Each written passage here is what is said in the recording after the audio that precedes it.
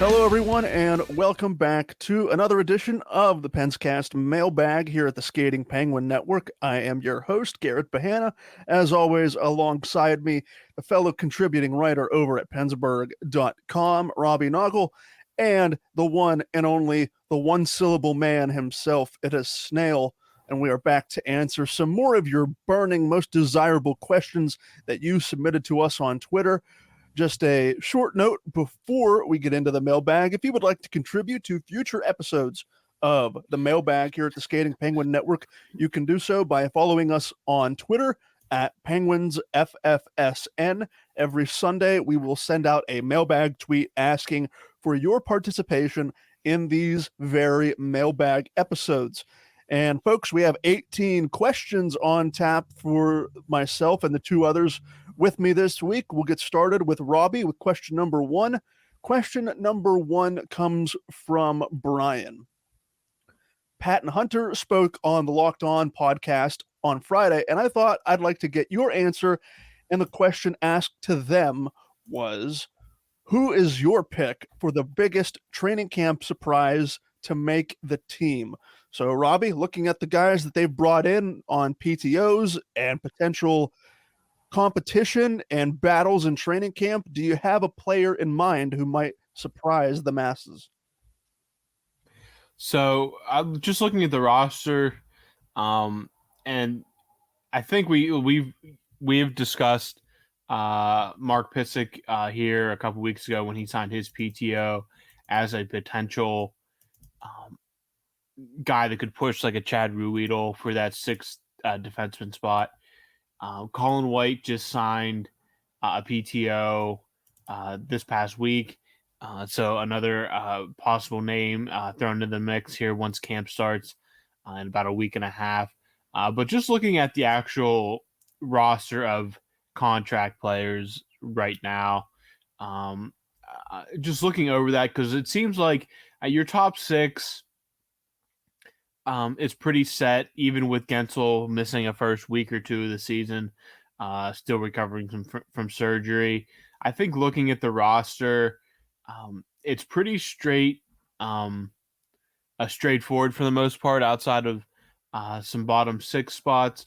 And I'm going to go with right out of camp, and this is a name that I think a lot of people are going to be happy to hear.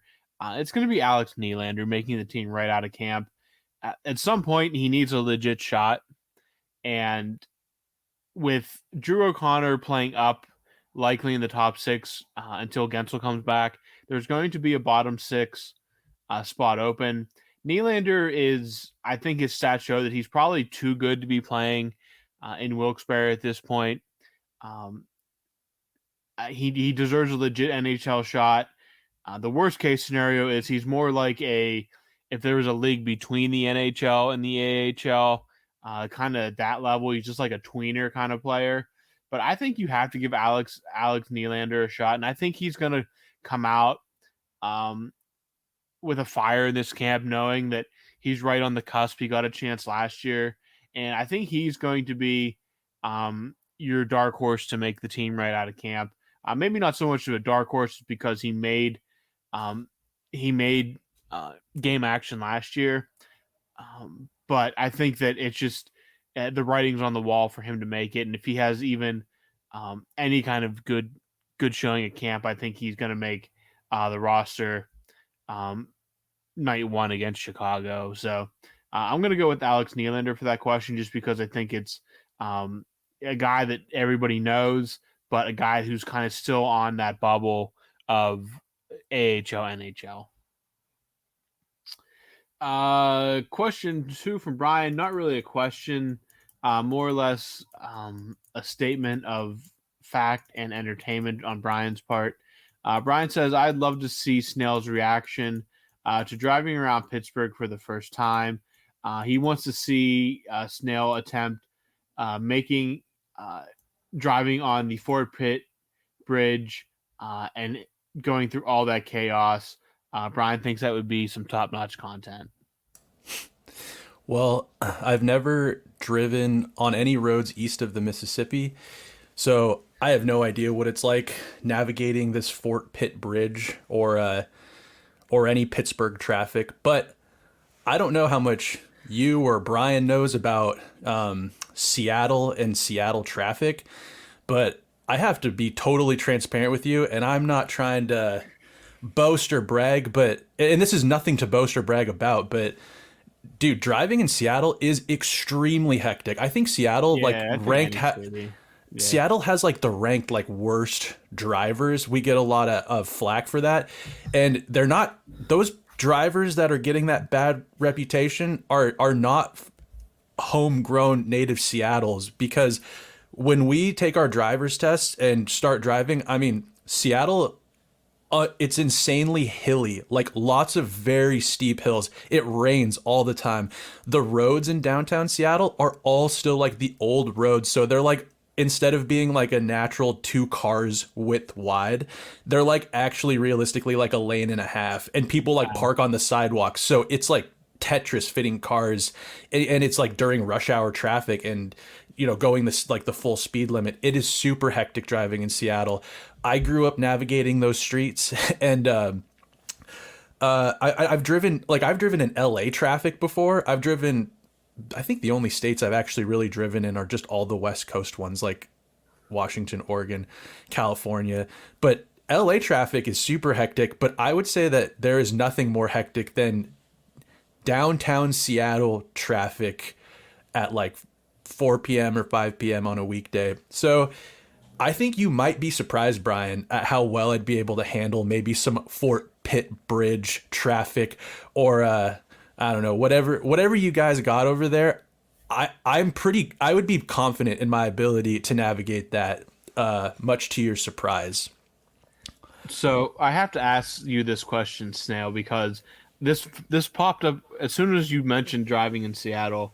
This popped up. I remember last year, or even earlier this year, there was a video of people coming off. It is the I-5 Union Street off ramp near the Seattle Convention Center, and it was documented people getting off this ramp and sideswiping the wall like constantly. It was like a Oh yeah.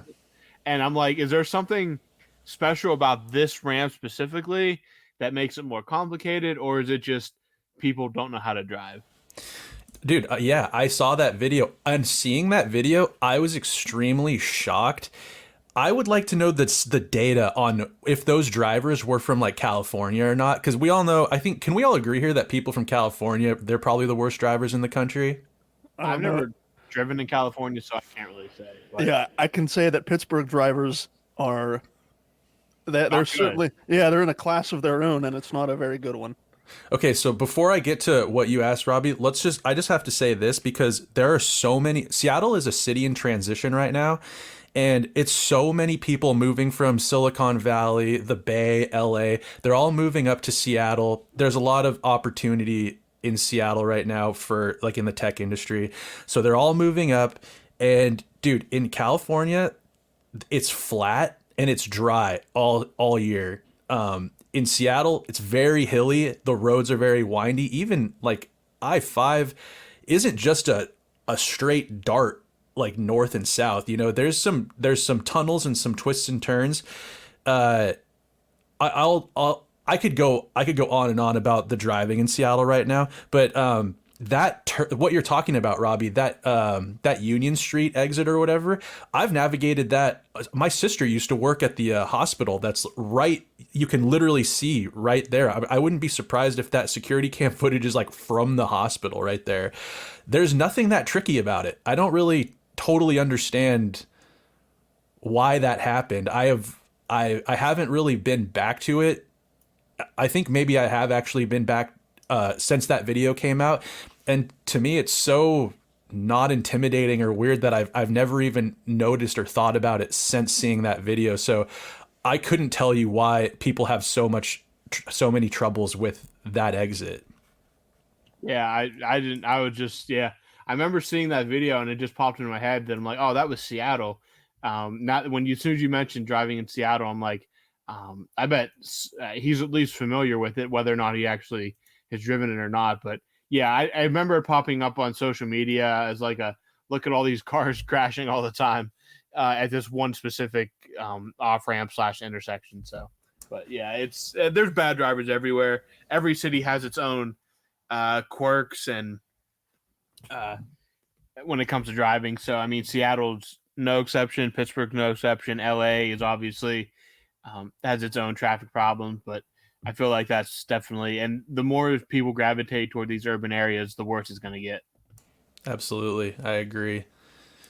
All right, let's move on here to question number 3 from Brian. We've seen Saudi money make its way into different sports in the last year or so. Do you ever see them getting involved in hockey leagues and possibly the NHL? Well, from a moralistic standpoint, depending on what side of the aisle, I guess you're on, political aisle, that is, the way I look at it, I would hope not, based on just the human rights record alone from Saudi Arabia. And I know why that they're getting into sports leagues and live golf and Premier League teams, and they are spending a lot of their own money from the public investment fund to build up what Americans would call soccer or European football. They're doing that as a form of sport washing to try and blind people from the fact that their human rights abuses and their record on human rights, really the entirety of that country, is questionable, to say it generously, when it comes to how they treat people over there. But talking about North American sport, that's interesting. I always thought North American sport, your Major League Baseball, your NFL, NBA, and Major League Soccer, I always thought it was sort of like a closed group, for lack of a better term, an invite only club. I'm not sure if Saudi money will touch one of the major American sports leagues.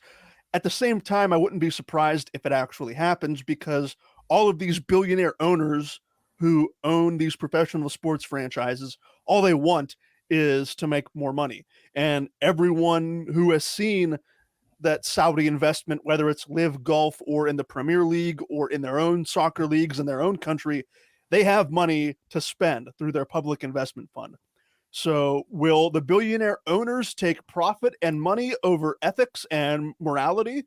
I would be inclined to believe that they would take the money over morality, based on what I know of billionaires. I'm not one to defend billionaires in any way, shape, or form. So I will say this: I would be surprised if it happens. I think there would be quite a bit of uproar if the public investment fund and Saudi leaders actually did make their way into North American professional sport. But I wouldn't be surprised, because I know how much money that they have in that country, and I know how motivated billionaires are to make even more money. So I don't want it to happen, but at the same time, I would not be surprised if it does happen. Question number 4 comes from Brian. This one goes back to Robbie here. Is there a hockey fact that you still have a hard time believing once you've seen it? I mean, I've been a hockey fan for a while, and this sport is all full of twists and turns, and nothing really surprises me much anymore. But I did have to look this up just because, I mean, there's so much weird stuff in hockey and sports in general. Let's see what's good here. So, Garrett, do you remember this is going way back, like the beginning origins of what was formerly the Penscast podcast? We interviewed Sean McInerney. Yeah. Down goes round. Yes. Yeah. Remember he was doing it he was doing like a little book tour. Yep. And he told us a story about the Penguins, I think, were playing in St. Louis, and it was either the arena was so cold or something that they had to wear earmuffs during the game or something like that. It's all coming back to me now. I know exactly what you're talking about. If we're gonna stick with the Penguins here, one, for a very, very, very brief period of time. They had a real live penguin mascot, um, instead of Iceberg in a costume, which real animals are cool. Unfortunately, he didn't survive because um, he got pneumonia when he was on the ice because certain penguins can only be um, the environment matters. Not every penguin lives in. He was like a South. He was like a. Was he like a South African penguin? He was an Ecuadorian penguin, Oh, Lord. which they're not used to freezing temperatures, and he got on the ice and got pneumonia and then died. Good heavens, that's And this awful. was back in the 60s when the Penguins were really bad. So it was a very like expansion, um, bizarre, like A way to yeah, drum up fan support, and it didn't really work, and it backfired it spectacularly. back to them. It backfired in their face uh, pretty pretty quickly, and yeah. So not all penguins are Arctic penguins. They need to be kind of kept at or living in a certain environment compared to where they are from. So, yeah, the Penguins once had a live mascot and killed him because they didn't understand the environment he came from. I hate to laugh. horrible. I hate to laugh at this because obviously the poor penguin just obviously did not make it. But the fact that, because Robbie, you described it so perfectly, it's such an expansion team thing to do to drum up like fan interest in your new team. And just that poor penguin, he didn't deserve the fate that was given to him. Oh man, that's awful. And I'm a terrible person for laughing. You're fine. But I'm gonna have to try to look up um the the details of that one in St. Louis with the Penguins that Sean Down Goes Brown discussed with us back in the day because it was a very bizarre bizarre story. So I'll have to try to look that up at some point, maybe next week. Just catch everybody up on that because it was a really interesting story that I'd never heard, and it was kind of crazy. Dude, that penguin. I actually know a little bit about this. I just wanted to add, and I'm sure Robbie, you know too. But dude, they stuffed that penguin, and he was stolen out of That's the right. arena. Wait, Yeah, what? that is right. Yeah, I do remember. Now that Snell says that, I do remember reading that he was stuffed and then Oh stolen my. from what would have been Mellon Arena back in the day. Maybe Good Robbie or Lord. Garrett's great grandpappy has. Was his name Pete the Penguin? Yeah, I think so. Yeah. Dude, somebody's grandfather has Pete the Penguin in their garage or in their basement. Probably. Please come forward. All right, question number 5. This is Brian again calling out Snail. So I'll let Snell defend himself here. Based on some of the crazy food takes, Brian is guessing that Snail is a Android user. Brian, buddy, I'm feeling the shrapnel today. But you know what? Again, I think you'll be surprised and you were wrong. I had an Android when smartphones were in their infancy. I've been strictly an iPhone user since I can really remember. I have an iPhone 13 mini right now. I have tried to navigate an Android before, and it might as well be like a Rubik's Cube or, I mean, something difficult to navigate because I can't figure those out at all. So, no, I'm not an Android user, and don't you ever assume that again. I hope Brian comes back next week with more insults for Snail and nobody else because this is top tier question. These are top tier questions for Snail. I mean, now I'm just going to figure out over the next 7 days the ways that we can ask questions that are like really light insults to Snail. Bring it on. I invite you to. Actually, I wanted to bring this up, Brian. I hope you're listening. What's up with the Letty pick? Where's that like luscious hair pick that we were talking about on the last pod? Oh, that's right. He has yet to submit his beautiful flow as we were talking about terrible, stupid, ugly hockey terms. He has yet to come forward with a picture. So that's something that Snail has definitely taken note of, and I will take note of as well. Self-proclaimed immaculate flow. And let me just tell you, Brian, I got a not just a photo, but I have a slow motion video in the chamber ready to respond to this flow because I believe I have an immaculate flow.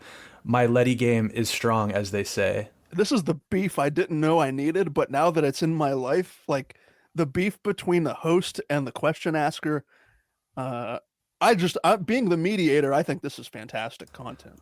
The lore is deep because as a former question asker, this is like the twist you probably never saw coming. It's better than The Empire Strikes Back. If you haven't, well, I mean, Empire Strikes Back is 40 years old, so if you haven't seen it, that's on you. But anyway, I digress. We will move forward with the next question. The next question is coming from Brian, and he says, "Obviously, missing the playoffs sucked, but given the fact that people put an emphasis on our team's age, do you see having more time off to recover as a benefit?" It's a weird thing when you think about it, but the theory that Brian opposes here actually may have some credence to it because of the advanced age of Crosby and Malkin and Letang. You see it firsthand, and I think you saw it with the third go around with the Tampa Bay Lightning when they were playing. They played all of that hockey, regular season hockey, postseason hockey. That's why and even in the Penguins example, when they were ousted by the Washington Capitals in, well, that would have been what, 2017, 2018, when they were going for a three-peat. The Penguins looked tired going into that 2017-18 postseason run. It's not easy. Even if you're in your athletic prime, it is not easy to play at that high of a level for going on what would have been 3 seasons in a row at that point. So yeah, the Penguins not getting in the postseason, like Brian says, it sucked, but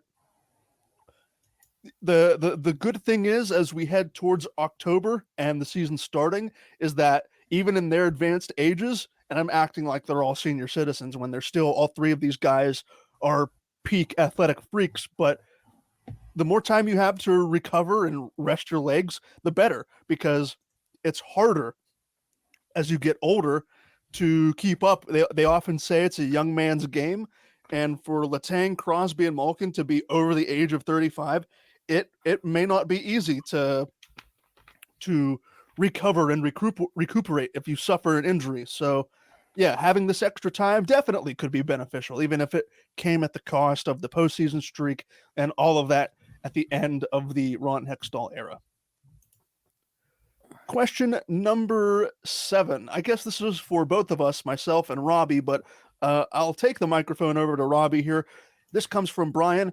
Do either Garrett or Robbie have a plan on taking a trip to Cranberry to watch the team practice when camp opens in a few weeks? Robbie, do you have any plans yourself to make it out to Cranberry? So Cranberry is actually a much farther trip for me. It's actually probably like solid 2 hours. I can get to the arena in about an hour and a half from here in Johnstown where I live. But yeah, I'm not going to be able to make it out to practice at all. If they would have a practice at the stadium and I'd have nothing going on, perhaps. But this time of year between work and I cover high school football on Friday nights and I watch college football on Saturdays and Sundays. So I have a pretty full schedule this time of year with other sports. I will probably not see the Penguins in action in person until sometime during the season. So I have no plans of making it out to a practice, but I will let Garrett answer for himself. Cranberry is out of my way too. It's over an hour from where I live to get to Cranberry. I mean, with Brian asking this question, I'm assuming he obviously knows Cranberry is north of Pittsburgh. It's a suburb of Pittsburgh.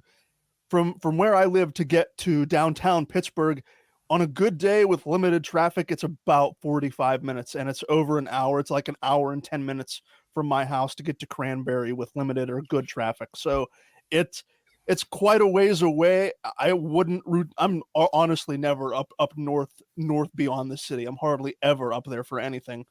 the farthest north I go from where I live is probably Pittsburgh, unless I'm going out of state for something. So I probably won't make it to Cranberry as much as I want to, because I know practices are often open to the public, but just because if I was closer, yeah, I'd make it a thing for me, absolutely. But I can't do it where I currently live. All right, question number 8. Then going back to Snail here again from Brian. He wants to know: do you see Patrick Kane being a part of Steve Yzerman's plan in Detroit and maybe signing him at some point?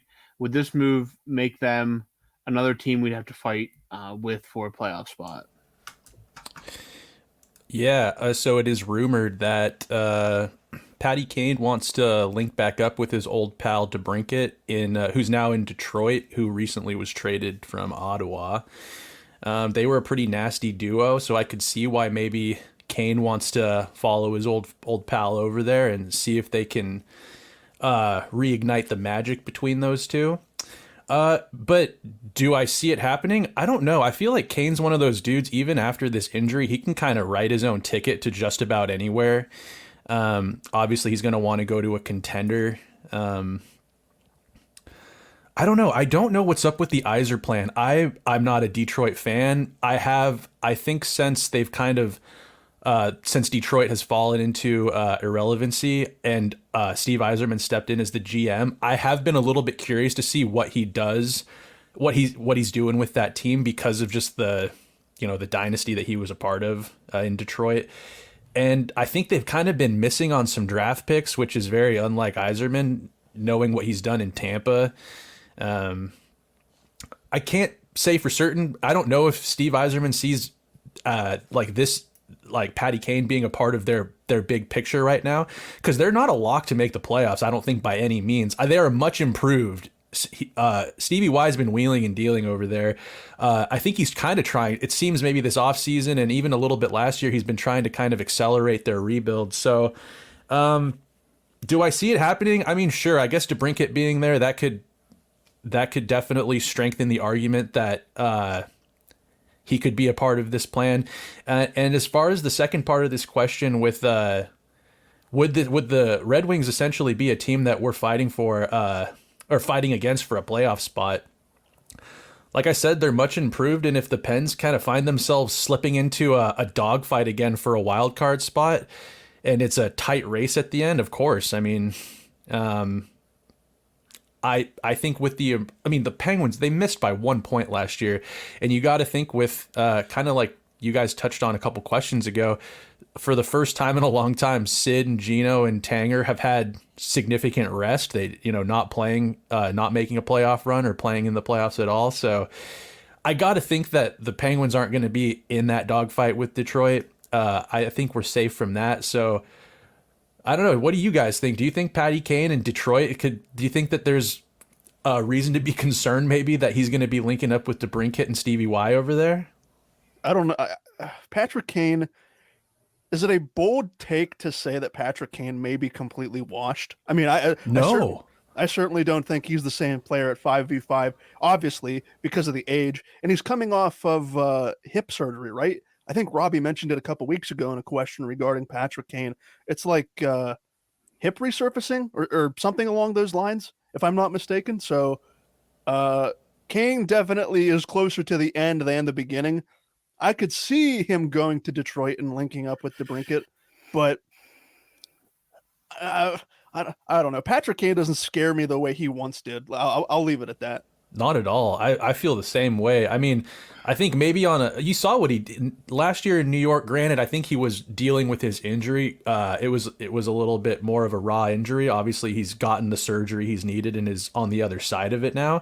But you could argue that the Rangers, they loaded up at the deadline, and there wasn't enough puck to pass around, and I think I had heard talks that like Patty Kane was going to be maybe on the fourth line at a certain point because they just couldn't get him going. Like you said, Garrett, he doesn't really scare me all that much, and I think going to a fringe team like Detroit, yeah, the DeBrincat like factor, I mean, that could be a dangerous line, I guess, if Patty still got it like that, but it doesn't really scare me all that much. So I think to put a bow on it, it's like, do you see Patty Kane being a part of the Iser plan? Sure, maybe. Uh, and is this a team we'd be fighting for, fighting with in the playoffs? I don't really see it. I don't see it happening. Question number 9. Brian asks, can you speak on Dave Wilson being hired as a senior advisor of hockey operations? Let's talk about it. Let's talk about one of the new front office hires under Kyle Dubas. The Penguins named Doug Wilson senior advisor of hockey operations. And for those familiar with the San Jose Sharks, Doug Wilson has basically spent the vast majority of his, well, not entire professional career, but his executive career with the San Jose Sharks. I believe he was the first captain for the San Jose Sharks as an active player. Don't quote me on that. Obviously, I was not alive when the Sharks came in to the league as an expansion team. But let's talk about some of the things that Doug Wilson has done as an executive before stepping away from the Sharks in November of 2021. So across his 18 seasons with the Sharks as an executive, the Sharks made the postseason 14 out of 18 times. They won 5 division titles and reached a Stanley Cup final. And as Penguins fans know, that Stanley Cup final ended with a victory over those very same San Jose Sharks. But Doug Wilson will provide a level of maybe expertise as an advisor. I don't think it's going to be a super hands-on position. From reading the press release, it sounds like Wilson will be meeting with the team at various points throughout the season on a couple of home and road stints and basically giving Kyle Dubas advice if he needs it, or, opinions on player personnel. But as far as making hires in your hockey ops department under Kyle Dubas, we know this is Kyle Dubas's team. This is a person and a hockey executive that Dubas probably has a great amount of respect for. Obviously, Wilson being in the position for almost 20 seasons before stepping away with the San Jose Sharks. So he brings a wealth of experience and knowledge as an executive that the younger Dubas can definitely lean on if he needs it. Maybe looking at potential trade targets in the Western Conference or what have you. But I don't think Doug Wilson at 66, I don't think it's going to be a super hands-on every game, 82 game kind of role, but more so as a mentor to sort of guide Kyle Dubas with advice if and when he so requires it. Question number 10, we'll go back to Robbie here and we'll talk about Bryan Rust. This question comes from Brian.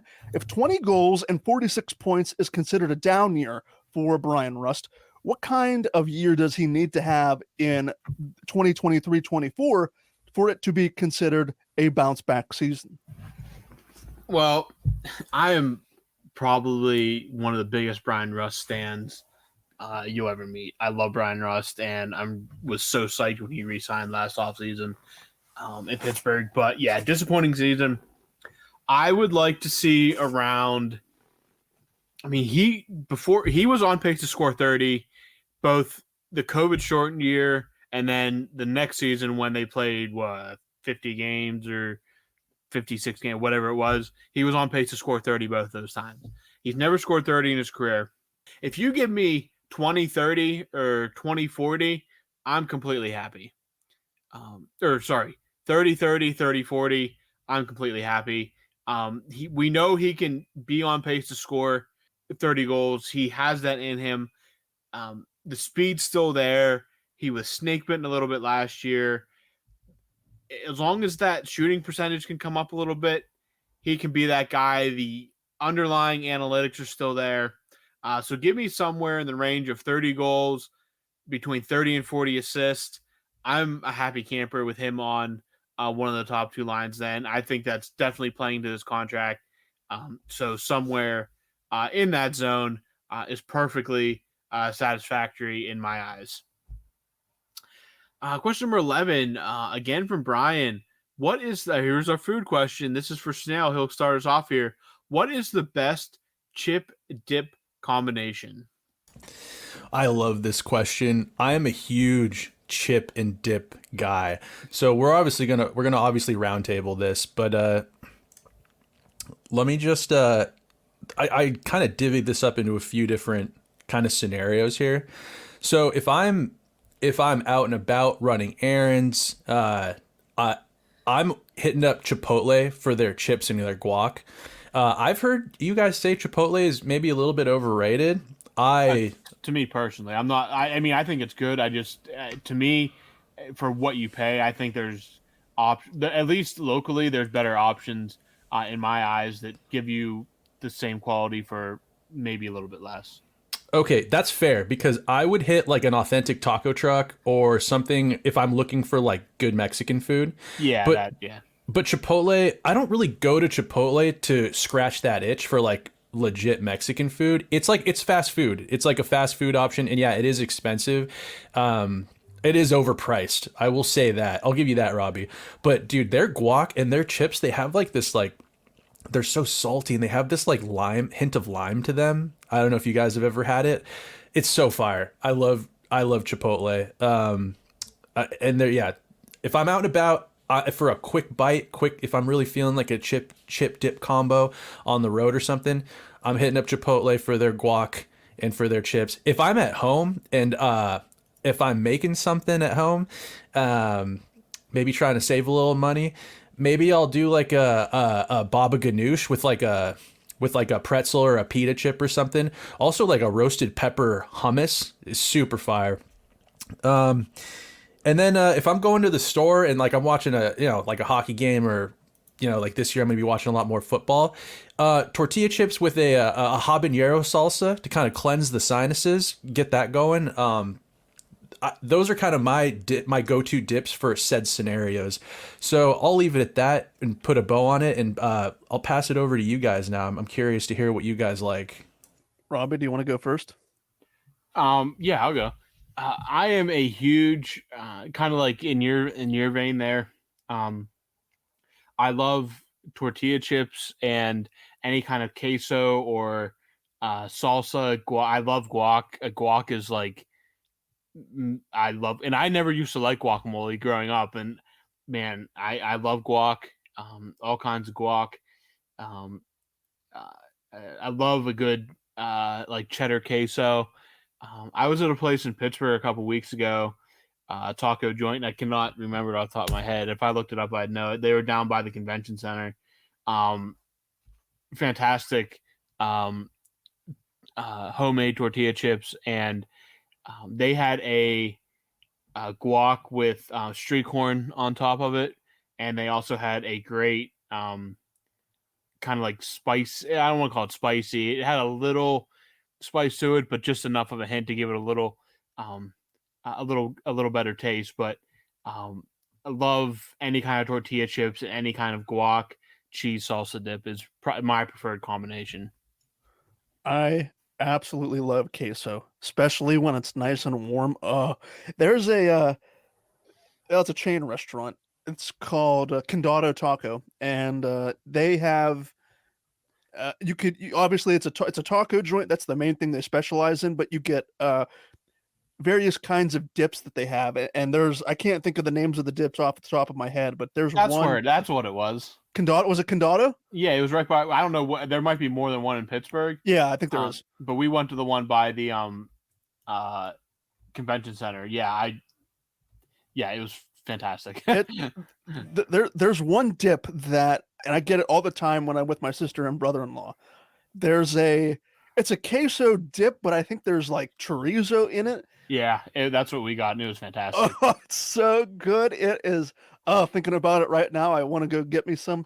But, well, it's weird that Robbie and I were on the same wavelength there talking about Condado tacos. But yeah, as for me, like you give me chips and queso, I will devour the whole thing. I'm not as big on guac as the other two gentlemen are, but to each their own. And what can I say? I like the cheese. Lather me in guac. I love that shit. What is wrong with you? I'm gonna have to edit that out. Oh man, I love. Oh gosh, Robbie feels the same way. Bathe in it. I dismantle guac. It's so good. Oh, I'm not gonna lie. Like while you guys were talking about this, did you say it's called Condado? Condado, Condado. Mm-hmm. Yep, that's it. I'm thumbing through Uber Eats right now. I'm so hungry. Do you go to the one in the South Hills, Garrett?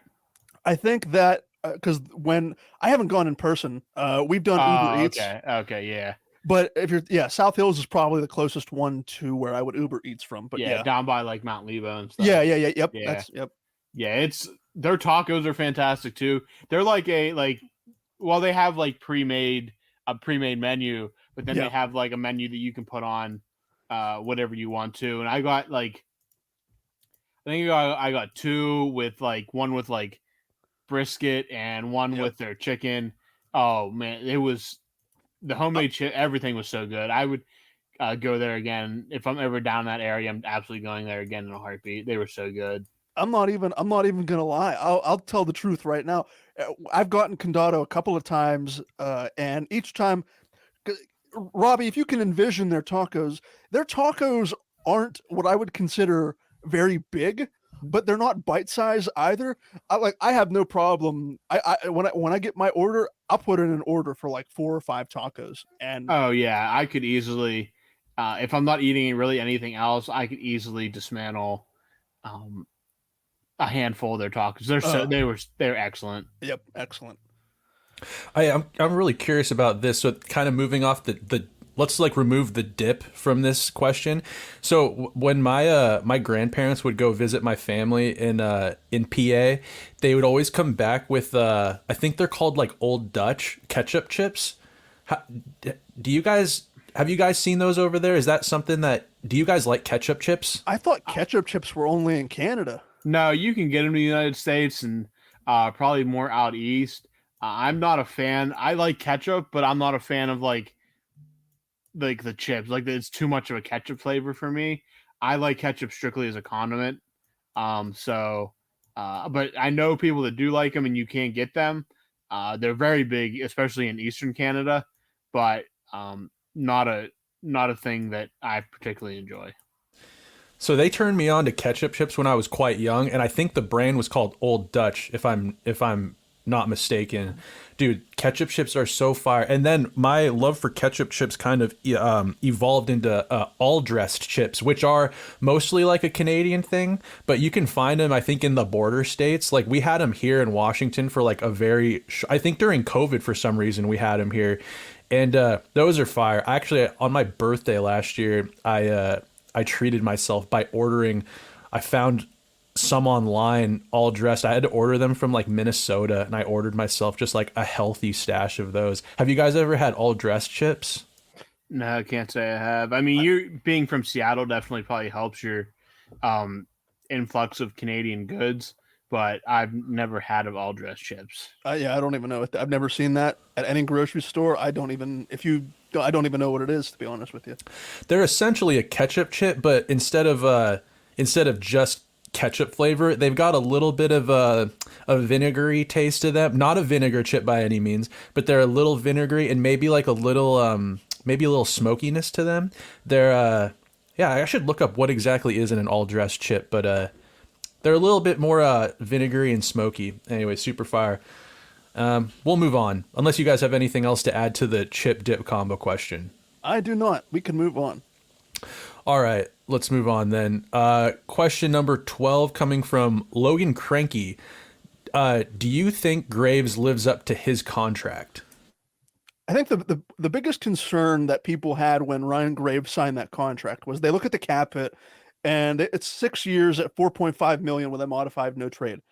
They look at the cap hit and they think, why did we spend all that money on a defensive defenseman who can rarely, sometimes he will, but rarely put the puck in the net? As the years go by, even next season, if the salary cap is expected to go up by, let's say, $3 or $4 million, the more and more the salary cap goes up, the less and less people are going to worry about Ryan Graves' contract and his contributions to the team, because I'm not going to say this contract will be a bargain. I don't think Ryan Graves is some super elite player by any means, but it'll be less and less of a concern for me personally as the cap continues to go up. 4.5 million. I'm not opposed to paying that for a top 4 defender. So, and that's what Ryan Graves is going to be. He's going to be the yin to the yang. to even out the offense from Carlson and or Letang. So I'm not really opposed. I'm not scared of the cap hit. It's going to be, he's a defensive defenseman. He'll shoot the puck and score an odd goal every now and again, maybe like a Marcus Pettersson. But does he live up to the contract? I will say he will. And like I said, as the years go on and the salary cap is set to increase exponentially over the next couple of seasons, I'm not going to look too heavily and too analytically at the 4.5 cap hit, even if it is for 6 years. Question 13. Go back to Robbie here. This question is from Brian.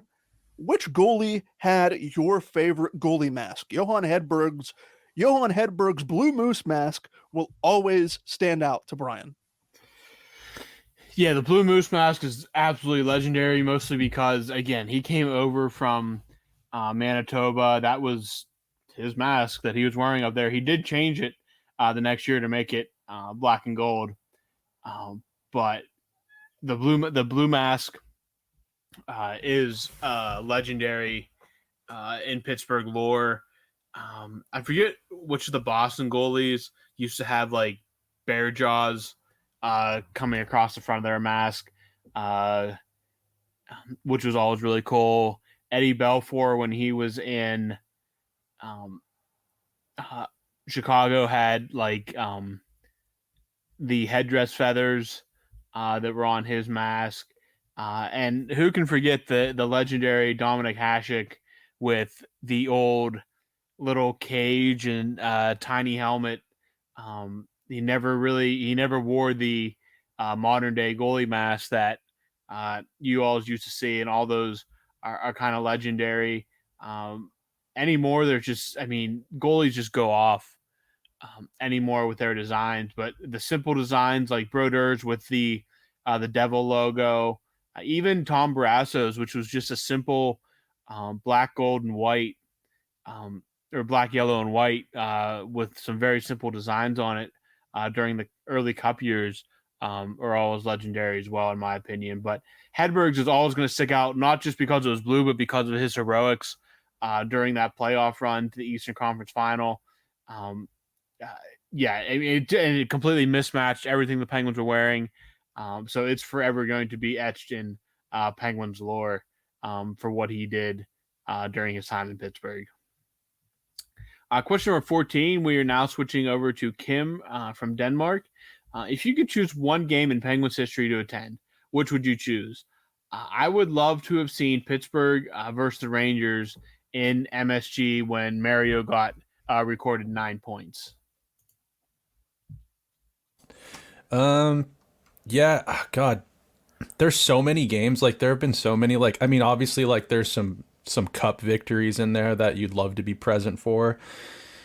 But the one that, like, really came to mind first was the Sid and Ovi matching hat trick game that I believe the Penguins ended up losing that game. But, dude, just these two magicians just dueling and getting the matching hat tricks, I think that would have been electric.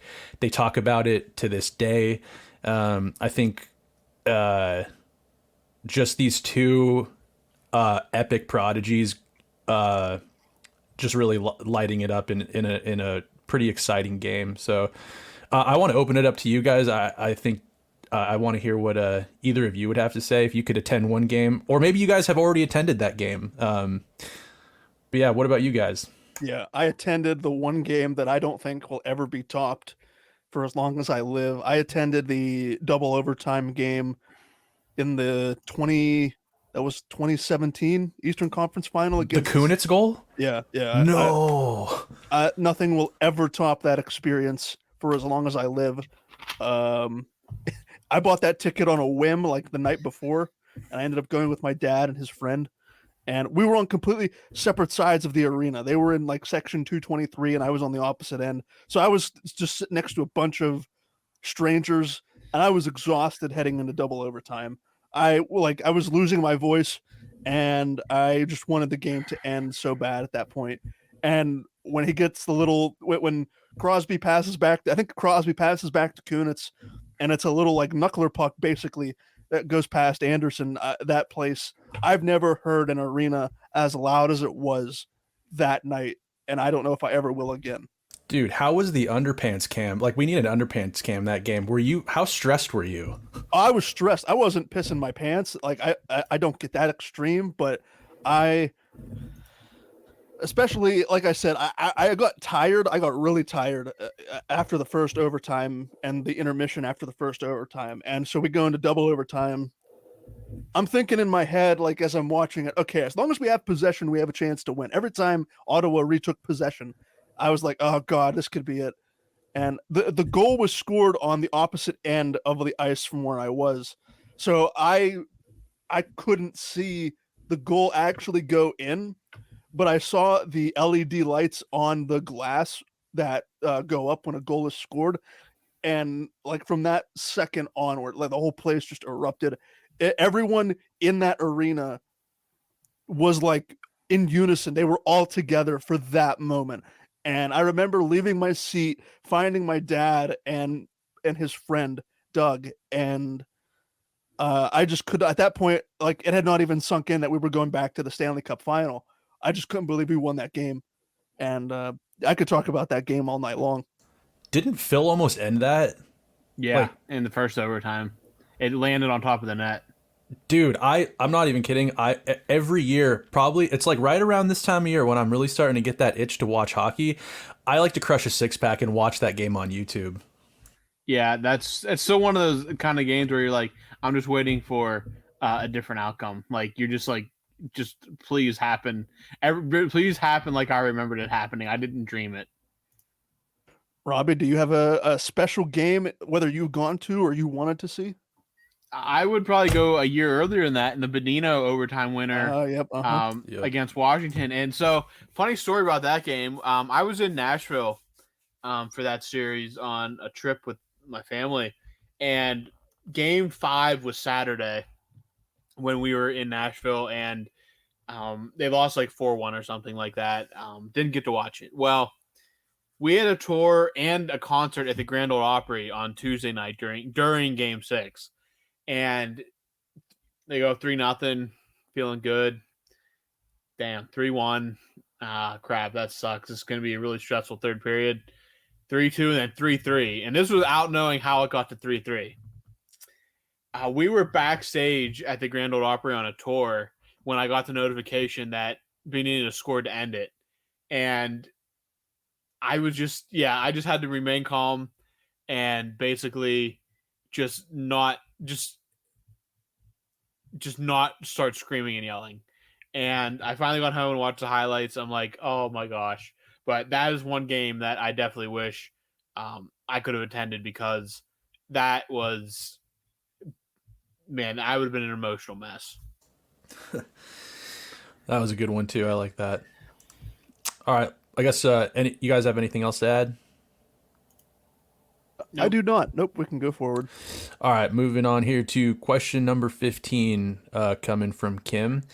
Do any of you like European football? If yes, what team do you like? I since 2017-18, and like football, I call it football. Americans should call it soccer, but I call it football regardless. I was watching football or soccer. It was never on in my house growing up. I kind of found it by myself. And since 2017-18, I've been a supporter of Manchester City in the English Premier League. I think Kim, the question asker, I'm pretty sure he's a Liverpool fan. Robbie, I know you are a Manchester United fan as well. So, yeah, my fandom is relatively young. I've been following the team since 2017-18. And like I guess I came on. I knew nothing about Manchester City. I knew nothing about the Premier League. I knew nothing about the game of soccer. I knew nothing about it. I basically learned all of it by playing FIFA, the video game. And I came on in 17-18, and right as Manchester City started winning Premier Leagues, that was just when I hopped on board, and I haven't looked back ever since. They win the Champions League last season in the treble with Erling Haaland's first season in Manchester. So I unknowingly I ended up picking one of the better teams in England and one of the better teams in the European competition without knowing a single thing about the game of soccer. So I just dumb luck ended up becoming a Manchester City fan.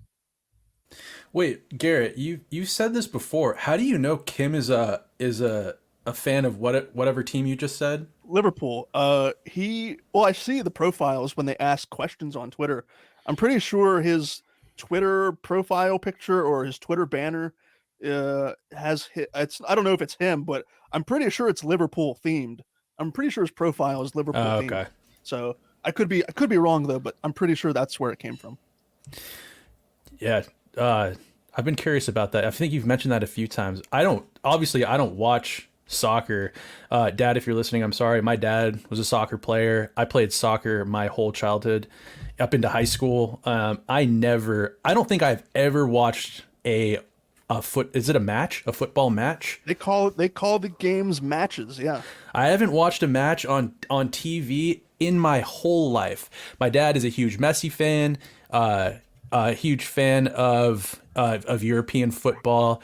I never watched a game, but I've certainly played it. Funny story, actually, the last game of soccer I ever played, I used to play indoor and outdoor, and my dad was actually the coach of our team. And I don't know if this suspension still is active, but my dad and I and then two other guys, one on the other team and a buddy on my team, were actually suspended.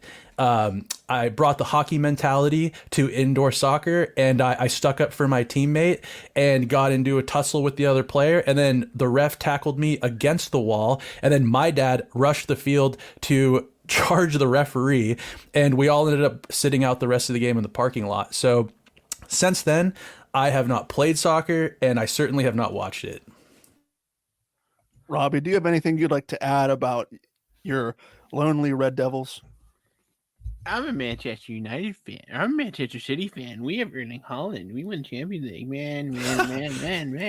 Yeah, we also have a bunch of oil money. Man. Okay, yeah. Hey, look, I may sound like a hypocrite I'll take the hypocrite. Says the guy who is just so mad about Saudi money. Oh, no way. Robbie, expose him. I need to hear this. He was so mad about Saudi money being infiltrating sports. And here we have a guy whose team is owned by an oil baron. Oh my God. Middle East oil baron, I should say. I will say, I will take it on the chin that I probably sound like a hypocrite for supporting Manchester City. But in my defense, I was, like I said, when I was learning the sport, I was naive. I didn't know how Manchester City came into all this money. I only learned after the fact that they are owned by a Middle Eastern oil baron. And at this point, I cannot renege on the team that I've since started cheering for. So Robbie can have the free jabs at my head right now for talking that smack as I eviscerated the Saudi oil money earlier. So he has to take that one, and he took his shot, and he is well within his right to take that shot.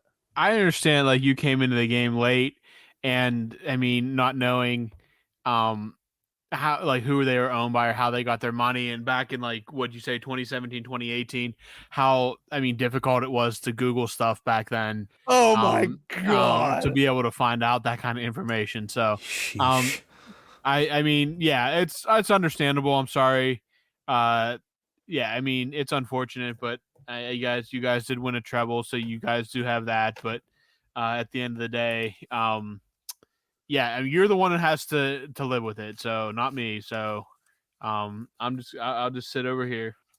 Yeah. Because I'm sure the Manchester United supporters, they have really a whole heck of a lot to hang their hat on recently with some of the troubles with, I believe, Mason Greenwood and maybe a couple of other players on their team. Mason Greenwood's no longer, well, he's on loan, so he technically is still under contract by United. But I mean, I definitely don't say anything. The last 10 years of United soccer have been absolutely dreadful outside of a few minor trophies here and there. I would love to have some rich freak billionaire buy the team and be a world beater again. But hey, it is what it is. I am a United fan. I also follow the Italian league. I'm a Roma fan down there, if anybody's familiar with that. But I would love I mean, I support the Riverhounds, who are our local team here in Pittsburgh, who are actually really, really good. Uh, and but no, uh, We need to get the Riverhounds to not to. I don't want to change the subject or sound like I'm. We need to get the Riverhounds to MLS. yeah, that would be great. They would obviously need to expand Highmark Stadium Yeah. to meet the requirements, but yeah, I don't know how that whole process works, but an MLS team in Pittsburgh, I think, would be very good. The Riverhounds are very well supported. Obviously, you would need uh, the money to make it possible. So um, maybe someday, but overall, I think right now the Riverhounds are completely happy with where they are. They're a stable franchise and a very good, I guess, second tier league, you could call it. But um, yeah, I mean, so locally, I cheer for the Riverhounds because I have no real MLS ties at all. So yeah, that's pretty much the extent of my soccer fandom. Well, after I got eviscerated, and rightfully so, I will say, we will move on to question 16. Again, going back to Kim from Denmark, and quite plainly stated, who are some of your favorites to win the Stanley Cup this year? Good question. Again, we're getting to that time of year now where we can talk about that kind of stuff. We've kind of seen what addition teams have made. In the East, I really like Florida. I think last year was a complete overachievement by them.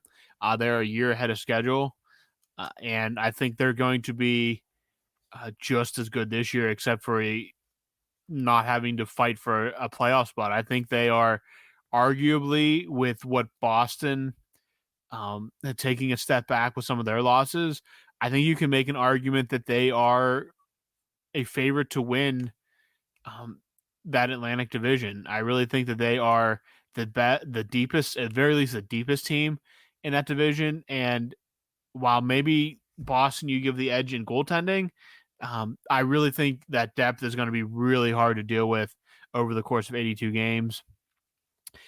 You can never take Tampa out of it. They're always going to be there. Not ready to say the Maple Leafs are a favorite. I feel like that until proven otherwise, we have to they're going to be very good. Don't see them as a favorite. Boston need to see how they respond to the way their season ended. Hurricanes, I like. If I had to pick between the Devils and Hurricanes, I'd say the Devils are more of a favorite in my opinion. The Hurricanes just can't seem to get over that hump. So if they can get the scoring, I think they can get there. But I like the Devils as another East favorite. Out of the West, Vegas is going to be very good again. It just depends on what kind of hangover from the Cup they have this offseason into this coming season. Colorado, if they can if they can stay healthy, will be there. Dallas, I think, is going to be a pain to deal with. And if we're going for dark horse, I'm going to go up to the old PNW, up where Snell is. I think the Kraken, they're hungry. They got a taste of playoff success. They're going to be all in on taking the next step and getting to a conference final or even to a Stanley Cup final. So those are how I kind of see the favorites lining up right now.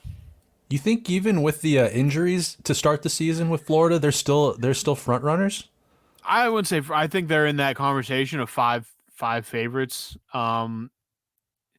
Yeah, I think that division is going to be competitive enough that unless they start out like absolutely dreadfully, that division will, for the most part, cannibalize itself with teams beating each other. That nobody really breaks away unless somebody has like another Boston kind of year, which I don't see. Those are very freak one-off years. But I don't see anybody in that division being good enough to pull away to the point where Florida wouldn't be at the very top, or at least in that conversation. And if they're not, if they're healthy by spring, then I don't think it's really going to matter where they finish. I would not want to play them. I'm still waiting for Boston to finally just fade away into irrelevancy, but they just keep chugging. And what did you mention Edmonton in the West? I don't trust Edmonton. You don't? Okay, I was Not curious. not from a defensive standpoint, and we kind of saw it last year that yeah, the scoring's great for 82 games, but you're gonna have to do something. You're gonna have some kind of depth scoring at some point because it's just you're asking too much of McDavid and Draisaitl to just strictly carry you. It's just too top heavy now. If they get guys that step up on the bottom six and give them some depth scoring, we can revisit that around the All-Star break. But until then, I think they're a second-round team, but they got caved in by Vegas last year, and on paper, Vegas is still a better team. And I'd argue that Seattle, with their depth, is probably a better team too. Question number 17, still Kim from Denmark here. What flavor of ice cream do each of us like? Well. Are we really going to rehash this, boys? We can skip you. Wait a second. I have to interject here because as we're recording this, I can see each person. The software that we use to record this in our browsers, I can see each person has a name tag. I can see my name, Robbie's name at the bottom, and Snail has his name. It's just Snail, but underneath his name, he has a title underneath his name called Licorice Ice Cream Guy. If that just gives you a little bit of insight into how demented, how psychotic that this person is, Licorice Ice Cream Guy. Anyway, not to interrupt and speak over the other hosts, I try not to do that, but I just had to bring that into conversation here. This person gets this question, and he is openly declaring himself Licorice Ice Cream Guy. I just think we have an issue here that has not been resolved. No, nothing has been resolved. I crushed half a pint of licorice ice cream just 2 nights ago. My favorite ice cream flavors are black licorice ice cream that is made from a coconut milk, Ben & Jerry's 7-layer coconut, cookie dough, and the white chocolate chip. And that's it. I'll open it up to you guys. I will keep this short and sweet and say plain vanilla and be done with it. Chocolate chip cookie dough is my number one. Easy. Yeah, it's just I know it's a kind of maybe cliche answer, but it's excellent. Can't go wrong with it. I like it. Short and sweet. Alrighty. So I think this is our last question here. And this is a question coming from Brian the Lion. And it's addressed to Garrett here. So, loved hearing you on the Locked On podcast. Do you think Gino surprises this year and leads the team in points, going classic beast mode?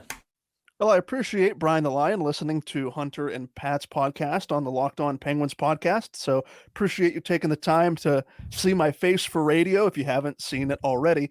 But talking about Evgeny Malkin leading the team in points, that is a bold prediction, my friend.